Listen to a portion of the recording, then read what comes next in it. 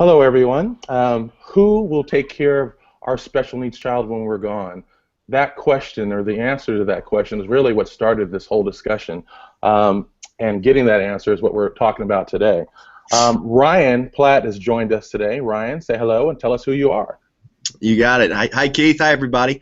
My name's Ryan Platt with a company called A Special Needs Plan. So we serve families all over the country in helping them define kind of what that plan, what that vision is for their child and for their family going forward, so that the future is more secure, it's more clear, and there's a path to get there. Right. My name's Keith Caldwell, as I said before. I get asked this, so I just wanted to clarify it. I'm not a financial planner. I'm not a life insurance person. I'm not an attorney. I'm just a dad. I'm just a parent like most of you guys on the call today. And it was just my desire to try to get answers to some of these questions. So I don't have any financial interest per se in this. So we have provided a couple of links for you in the unified chat over there from questions from last time, just to bring to your attention. We have a link to Ryan's advocate book where it talks about all the mistakes that we're talking about today. It also has a link to sign up for the webinar series, so as we have this topic continues and other topics come up, you'll be notified about that as well. So why don't we go ahead and dig in, Ryan? So if you don't mind, give us a quick summary of the 3 mistakes that we covered last time.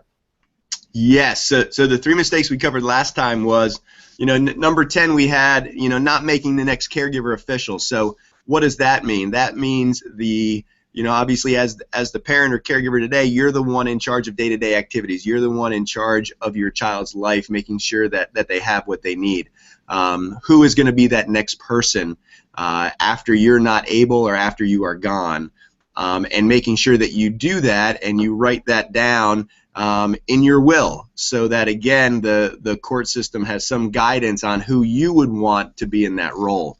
Number 9 was not creating an effective communication plan. And when we think of communication plan in special needs planning anyway, it's ensuring that your extended family understands what they need to do in reference to your child, especially in the event they need or want to leave them any assets. They need to make sure they do it in the proper way, and they adjust their documentation so that will occur properly.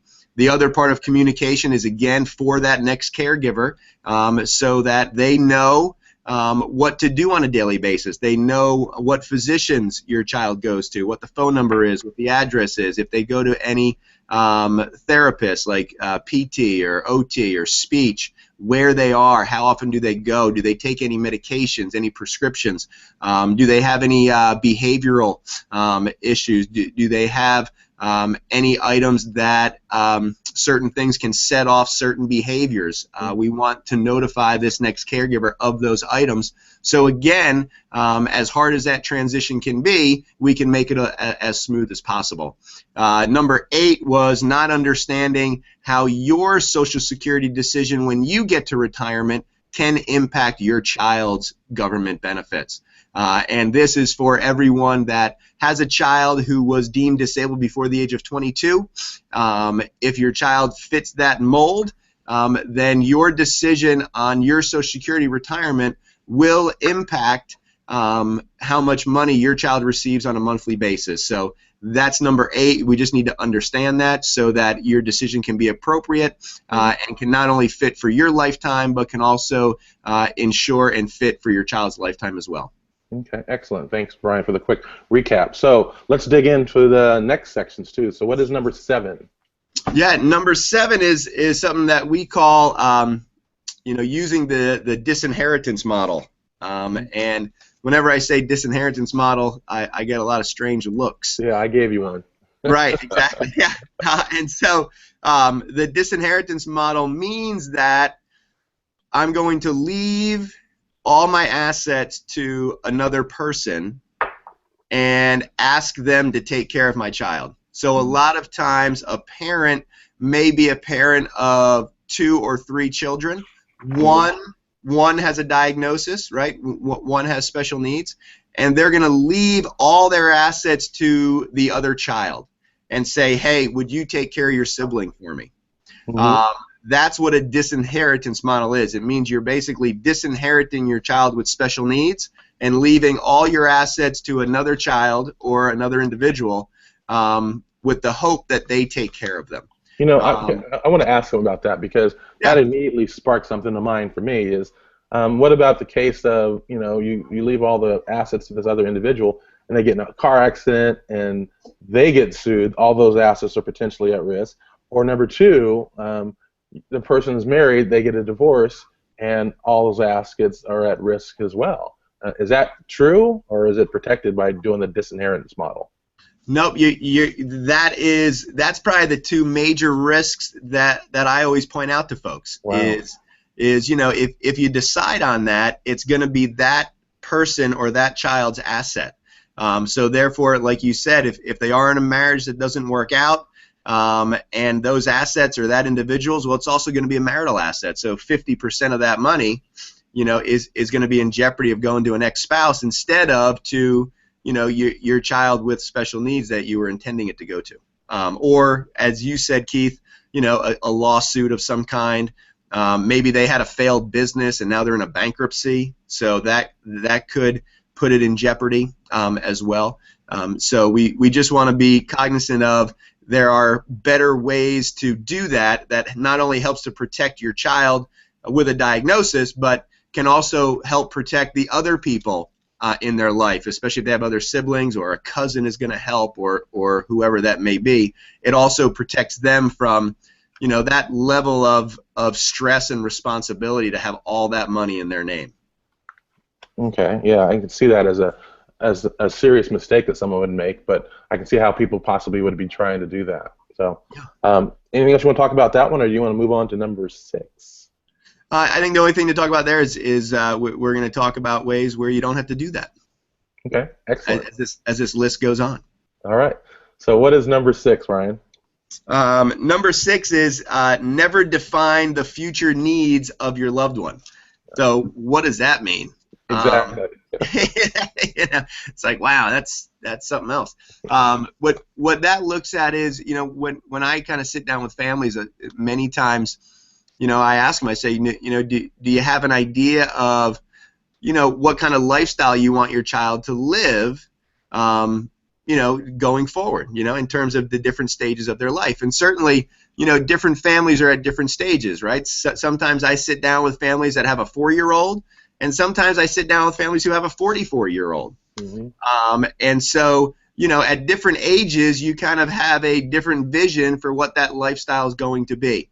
But regardless of the age, in order to really figure out what you need to do, it's important to at least have a target, right? And so that's what I mean about defining the future needs of your child, is to say, okay, well, we want them to live, with a sibling, or we want them to live as independently as possible with maybe some support.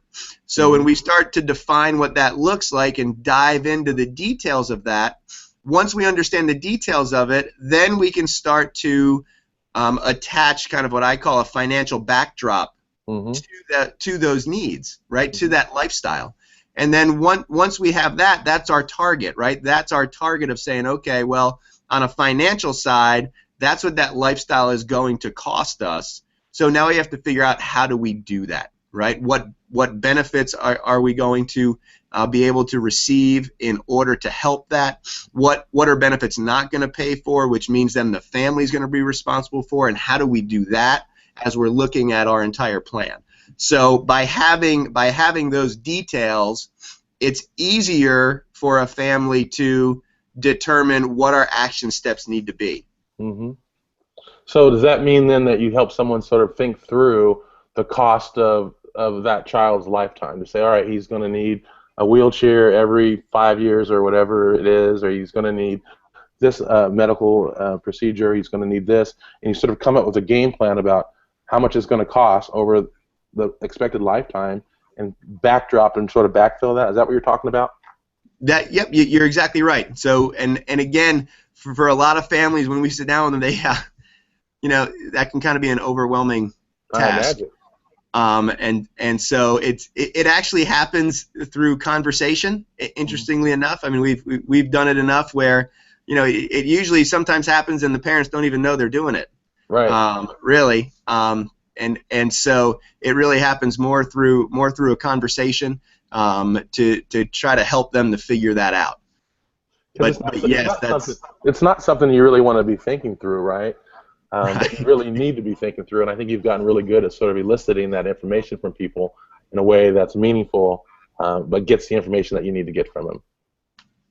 Right. Right. Interesting. Do you guys have the spreadsheets and stuff like that you work with someone on? We do. I mean, we have a specific kind of software program that we use, to take kind of the lifestyle vision that we have at different stages of our child's life, and then kind of translate that into a financial number or a financial target. Okay, interesting. Yeah. I'm just thinking about for my own personal situation how I would do that, because right now a lot of the costs that he would have absent me, I'm covering, right? So what does it cost to have a house? What does it cost to maintain a house? What's it cost to have an aide come support him, meaning that you're not having a sibling come by and do it, that you're actually hiring someone to do it?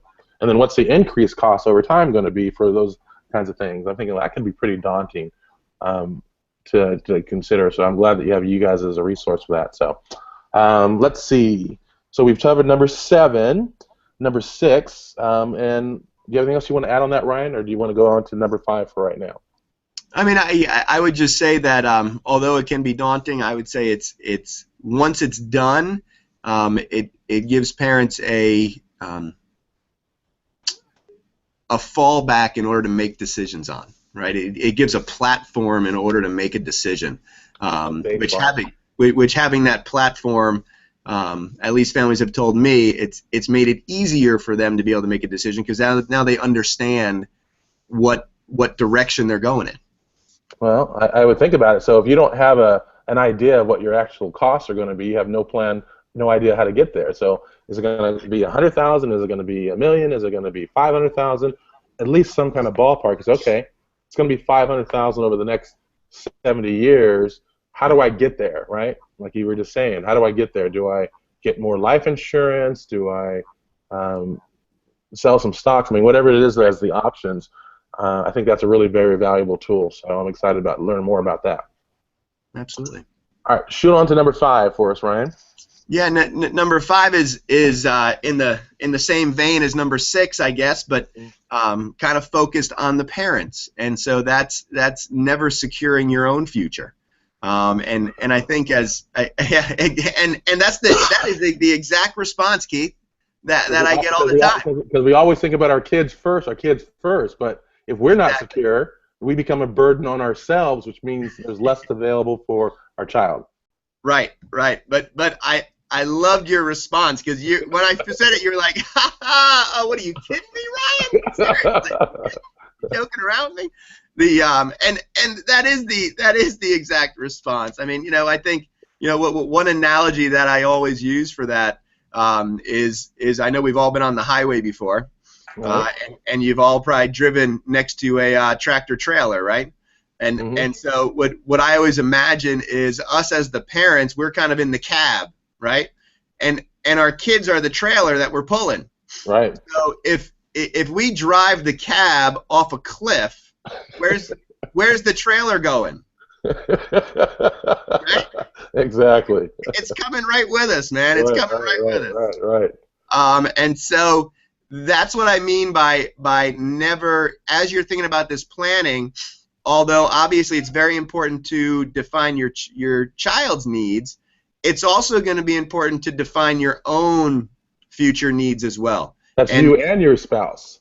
Yes, you and your spouse. And again, that's and what I want parents to understand a lot is that's not selfish, because that provides more freedom for you going forward, but it also provides the ability to have more independence for your child that has a disability.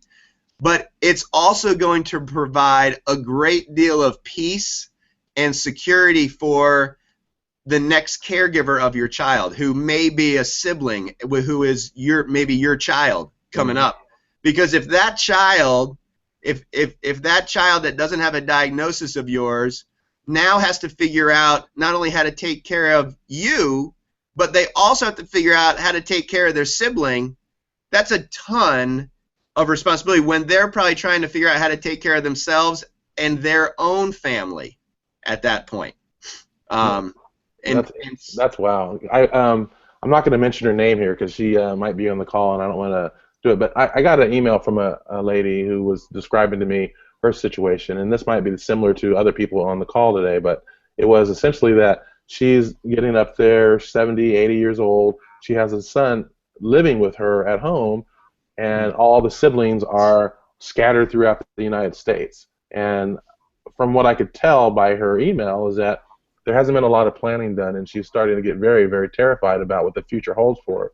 So she's been finding some of these things very helpful to help point in the right direction and ask some of the right kinds of questions. So I think there's more and more people who are living longer and longer and having kids that are living with them. And then to throw in another complication of, let's say that you do have a child who's willing to take care of little Johnny or Jill, but now they're married and they have another spouse who may not be so inclined, or it's a huge burden on that. So this comprehensive plan that we're talking about doing here, I think, sort of addresses some of those things and takes the weight off of people, I would imagine, right? I mean, at least in the experience that I have and the feedback that I have from families, yes, it does. Again, and think about this one, Keith, not to, because this may be something that people on the call are dealing with as well. And I work with a family where, you know, the parents are in their 40s. You know, they have two children. One child has a diagnosis and has special needs. And then as we're talking, well, guess what? The wife's brother has special needs and lives with the mom.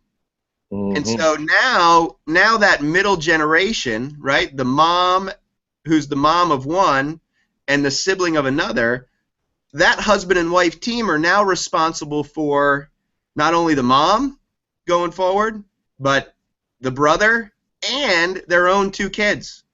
And one of their two kids has special needs as well. So again, that's one of those things. And now what they're trying to do, because there wasn't much planning done, you know, in terms of for her brother, now they're trying to do kind of both sides of it, because it's going to hit them on both sides. You know, I'm feeling a little like overwhelmed by that because it's so real for a lot of people out there. And I think that's partly why sometimes people put their heads in our sand, including myself, is like, oh, I don't want to think about all that. I just want to worry about getting my son to OT today, or get my son to speech today, or just getting through the day today. But to have these kinds of discussions are really, really necessary. And I think, and again, we would have to ask them directly, but you know, again, when I think that they're starting to feel freer because they're just in a process of, okay, well, now we have a roadmap in terms of how to figure it out. Is it figured out yet? No. I'm not going to tell you it is, because it's not. But what a lot of times is, once we know the road to go and that we know we're walking down it, we start to feel better. Right. And they're in that moment of, okay, at least we know we're walking down a certain road where we're going to figure it out, right? And so we're in a process to figure it out, and that in itself, you know, can make you feel better. You know, I had a good friend of mine that always told me this. He goes, you know, you ever walk around just not feeling well? You know, you just didn't feel well. You know, you're like, oh my gosh, and everything in your head's going on like, oh my gosh, I'm getting diagnosed, I'm having some disease is brewing in me, oh my gosh, I'm going to have cancer, or something's going on, oh my gosh, the world's caving in, something's wrong with me, right? And you go to the doctor, and they just lay out, okay, here's what we're going to do. We're going to go for this test, we're going to go for this test, we're going to go for this test, and then we're going to know exactly what we're up against. Right. And he goes, you know, after you go to the doctor and they explain everything, and they start checking things off the list just because they already know from what you're talking about what the possibilities are. He goes, even though you don't feel any better physically, you feel better. Right. Because you know you're about to figure it out. Right. And your mind's not racing as much anymore.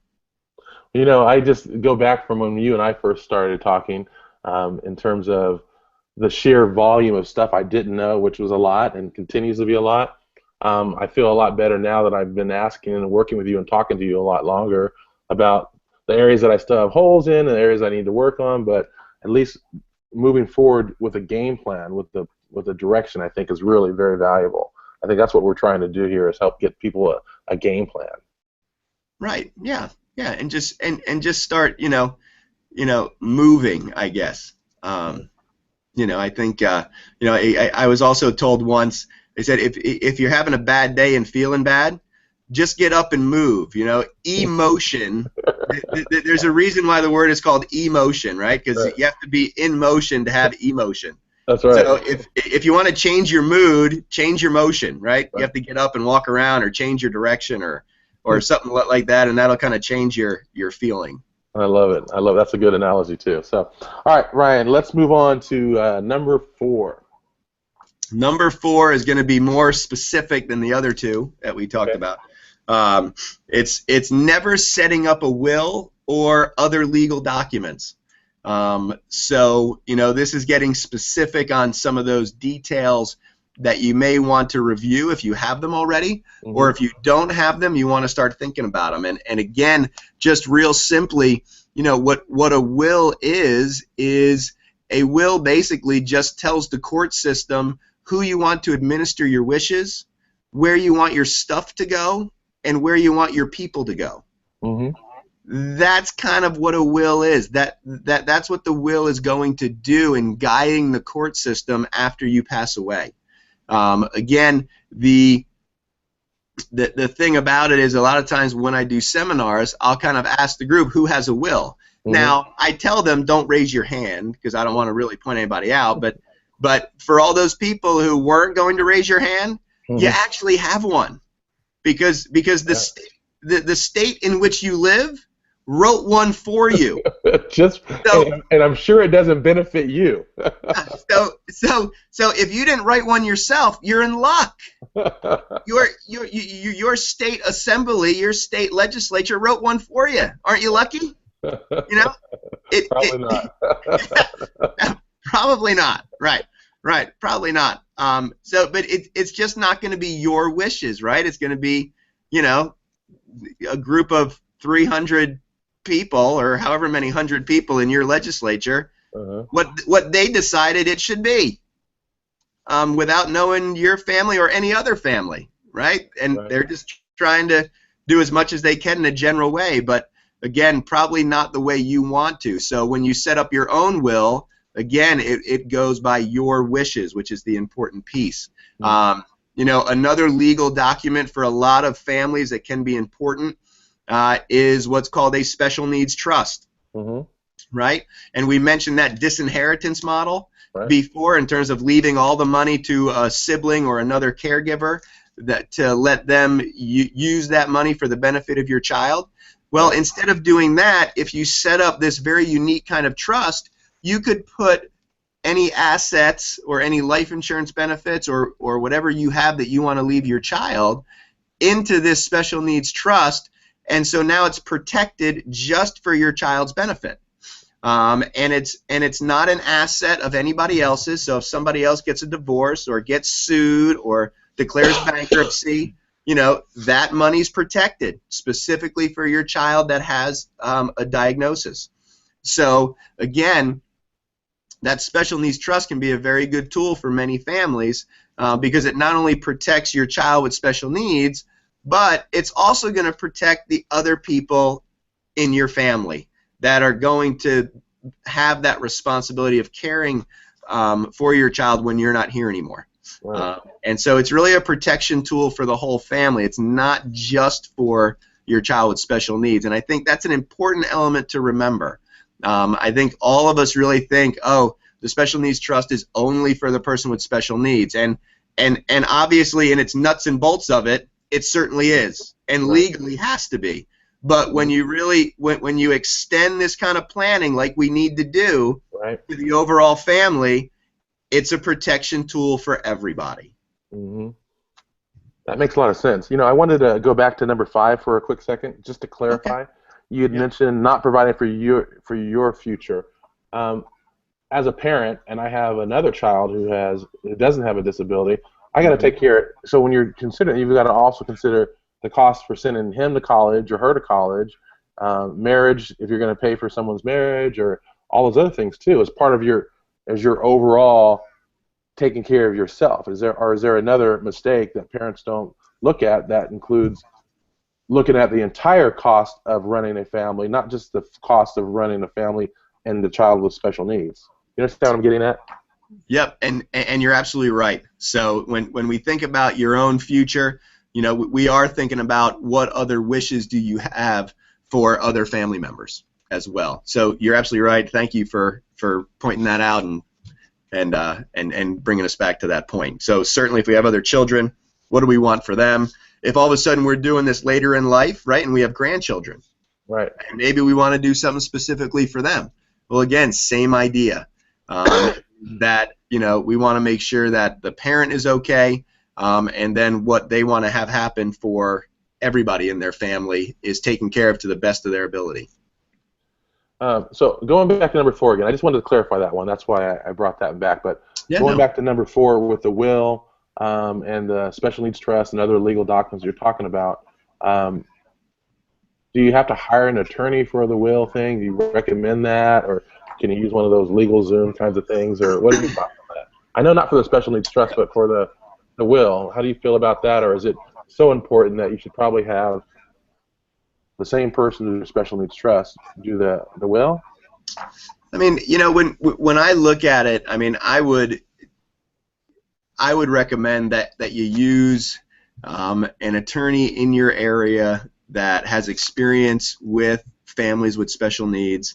And that they do the whole thing, so that it's all connected together. You know, we always talk a lot about, and Keith a lot about in our other segments, about how important it is in this plan to have everything coordinated and everything integrated together. So if you start trying to mix and match from different places, if it doesn't fit right, the plan's not going to work. Right? And so what I get nervous about is if you get, and I've had this happen with families, you know, that have gone to an attorney and they did a will and they're like, well, I didn't do a special needs trust, but, you know, can I just, because all my wishes are the same in the will, can I just, you know, add the special needs trust and not redo the will, you know, thinking that would be less expensive. But really, when you're doing a will, your will is most likely going to link to the special needs trust. So the will would have to be done at the same time as the special needs trust is done. So it would make sense for one person or one entity to help you do that together. It's sort of like, you know, being penny wise and dollar foolish, right? So you can save a few bucks by, you know, doing it that way. I was just asking because I know that's a good question. Some people have gotten the will done and think, okay, we're done. But you're right, and it all needs to be integrated together with someone who's got experience doing that. Right. I mean, yeah. Go ahead. Yeah, no, and I'm sorry, I didn't mean to cut you off. I was just thinking about a kind of a medical example. You know, I mean, I love, you know, WebMD, right, to go do research on. Right. You know, but it falls short in the area of more explanation. I need somebody to explain why I'm feeling this way. What is going on? Well, what does this test really do? And how does it impact me and my family? And what does that look like? And can you write me a prescription? And those kind of things. So doing research is great. But when you start to enact something that is very, very important to you, you know, I just kind of, you know, I'm just one of those people that I've learned over time, because I've tried to be a do-it-yourselfer in areas that I'm not experienced in. You know, and one is the old adage of around the house. If everybody's on the TV show and was old enough to watch the Cosby Show, you know, I've tried to be Bill Cosby and fix the house, and kids come, and, you know, and when I try to do that, the kids come screaming to mom, going, "Oh my God, Dad's going to try to fix the sink. We're going to have a flood." Right? And it's kind of the same thing with the you know, with the Cosby Show back in the 80s and 90s. You know, he tried to do that too, and it never worked out well. So I'm learning over time of that statement that you said, Keith, penny wise and pound foolish, and stick to what I do well and let other people do what they do well, and the world might work a little bit better. Right, right. I think that's awesome and very true for me. I stopped trying to do little jobs around the house because that's just not my strength. I'm not good at it. Me either. So my sons are never going to learn how to fix things from their dad. They might learn it from their uncle, they might learn it from one of their friends, but they will definitely not learn it from me. That's for sure. Oh, Keith, man, we are more similar than we're different, my friend. We might be on different coasts, but so true. I have a brother, man. He's great. Uncle could teach him all sorts of stuff, but Dad, not too good. No, Dad teaches them all kind of stuff, just a different kind of thing. Exactly. Just not around the house. That's all. So we have a question that just came in, and anyone in the audience, if you have any questions, please feel free to just enter them there because we're wrapping up pretty soon. We try to keep the shows to about 30 minutes, so it's not too long of a commitment for people, and to make it meaningful for people. So this is a question from Rick Hetherington. My question on finding help was creating a will. That was a service that was offered by Ryan's group. Go ahead, Ryan. Yep. Great question, Rick. Thanks for asking. We don't actually create the will, so we're not attorneys. We'll be happy to talk to you and help you find one. We really are sitting there to make sure that the will and everything is coordinated together, that you have a good idea of how to design it, how to design the trust, what jobs you should include in the trust, and how that connects to your assets as well as to government benefits, to your Social Security decisions, to the vision that you have for your child going forward, to a tax strategy, because again, taxes work differently inside of special needs trust than other trusts. Mm-hmm. So what we do is we make sure that everything is coordinated together. Just so you know, I don't usually mention this because you know, I don't like to plug on that, but we are financial planners by license and trade. And then we've just created this company and this process for families with a child with special needs. So, you know, Rick, if you want to reach out to us, we'll try to help you find an attorney in your area that can help you create those documents. Mm-hmm. Excellent, excellent. So we're going to be wrapping up pretty quickly, but I wanted to give people a couple takeaways. One being, we've covered 4 things today. We've talked about the disinheritance model. We've talked about not defining the future needs of your child. We've talked about the not providing your own future needs. That would include your expansive family, and then never setting up all the legal documents. So if we were to give someone a takeaway from today, a thing that would be actionable for them to do today, what would you suggest that it would be? I know it would be for me. I would start put together a spreadsheet of what I think my costs are going to be, but what would you suggest that people do to help people move forward in the process? Right. I would caution you against racking your head on that one. Yeah.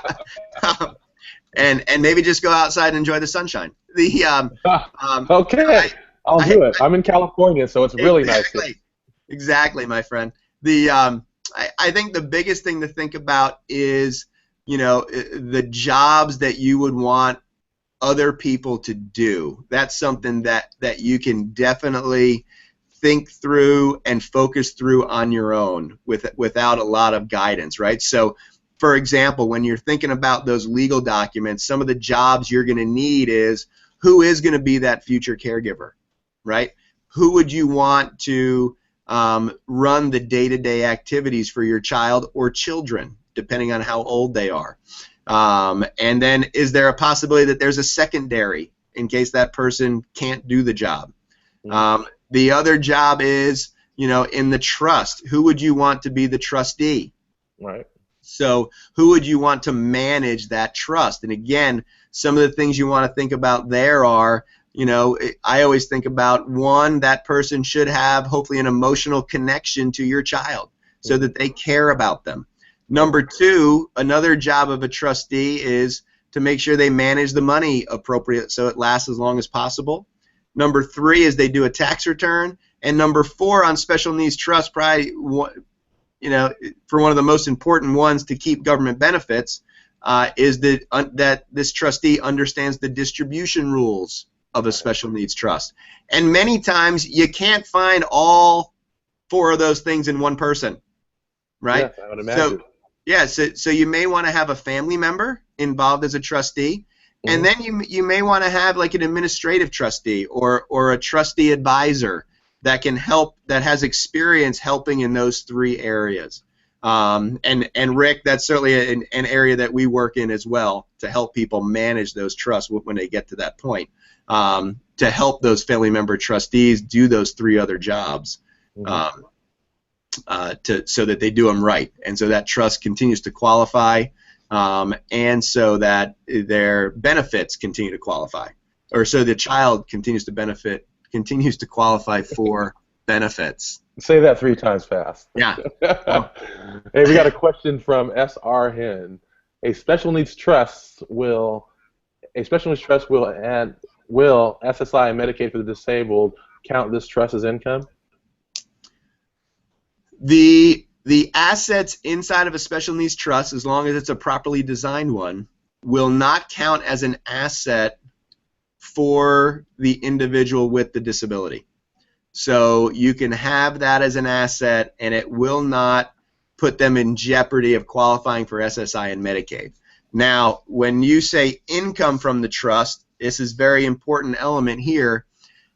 If the trustee writes a check directly to the beneficiary, so that your child, right? So you take a check from the special needs trust checking account, and you say, I'm going to make this to John Smith, my son, for $500, that will count as income against them and against the income of SSI. So you can't write a check directly to the beneficiary of a special needs trust. That's one of the important rules to understand. But you could write a check on their behalf, so pay some expense or some bill that's a qualified bill or expense, correct? Yes. Yep. And that's who you want to pay it to. You want to pay it directly to whatever provider of the service that you need to pay. Okay, that makes sense. So I don't see that we have any other questions, Ryan. Is there anything you'd like to summarize with? Oh, a quick note. Our next and our final segment on this series is coming up on March 20th at 11 o'clock Pacific time, 2 o'clock Eastern time, and we'll be sure to send you guys information about that as well. Ryan, anything you'd like to wrap up with here?